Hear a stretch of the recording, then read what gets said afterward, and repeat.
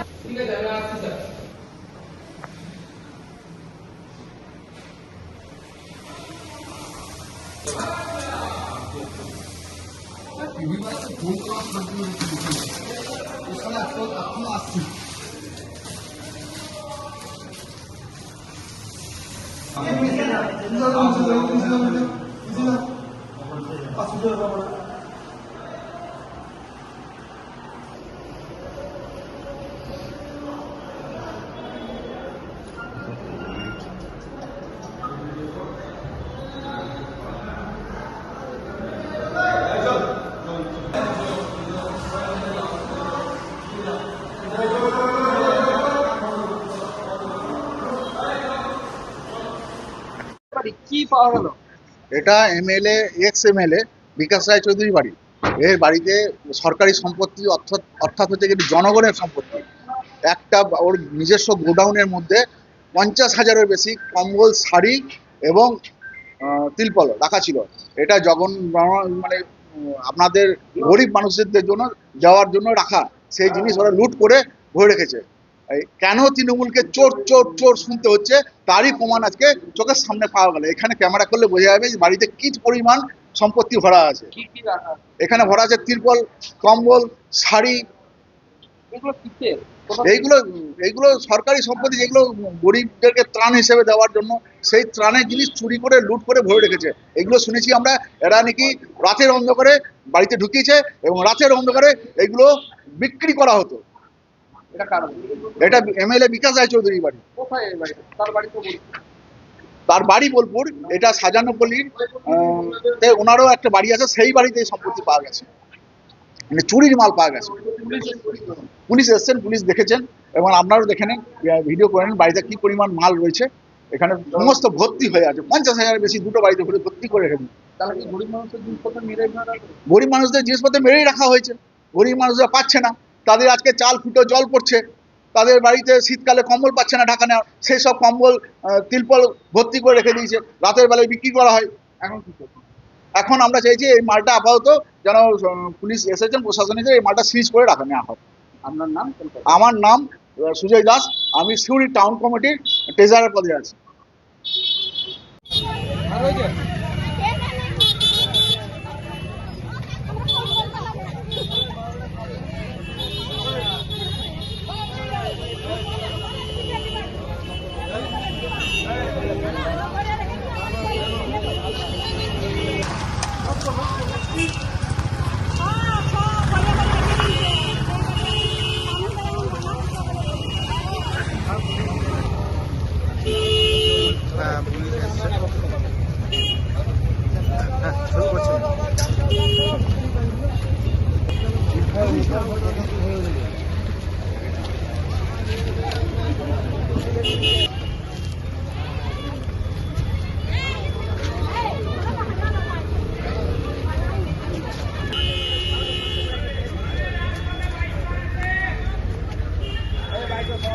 অভিযোগ মানে এই বাড়িতে কি সবচেয়ে বড় অভিযোগ হচ্ছে এইখানে একটা, এই কর্নারটায় একটা সরকারি কল ছিল।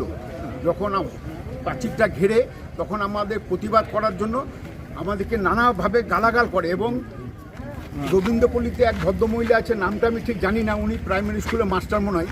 ওনার মুখ খিস্তি শুনলে মনে হয় মানে পাবলিক শুধু পালিয়ে যাবে এমন অবস্থা।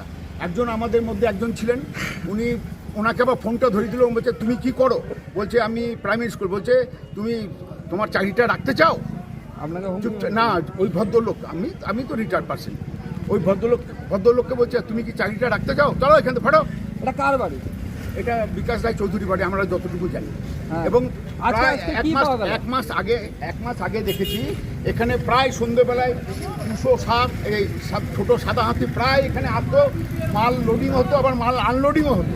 আমরা প্রায় সন্ধ্যাবেলা এখানে দেখেছি। আজকে আজকে আজকে কি উদ্ধার হলো? আজকে আমি তারপরে এসেছি, আমি কি উদ্ধার হয়েছে মানে সেটা আমি- কি শুনলেন? আমি শুনলাম যে কিছু কম্বল, কালো তিরপল, বন্যার টানে তিরপল টিরপল সব উদ্ধার হয়েছে।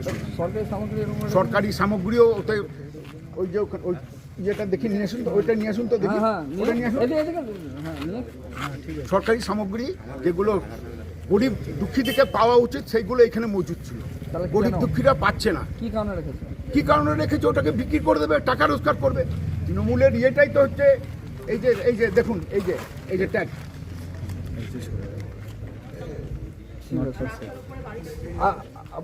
এখানে কি একটা কল ছিল?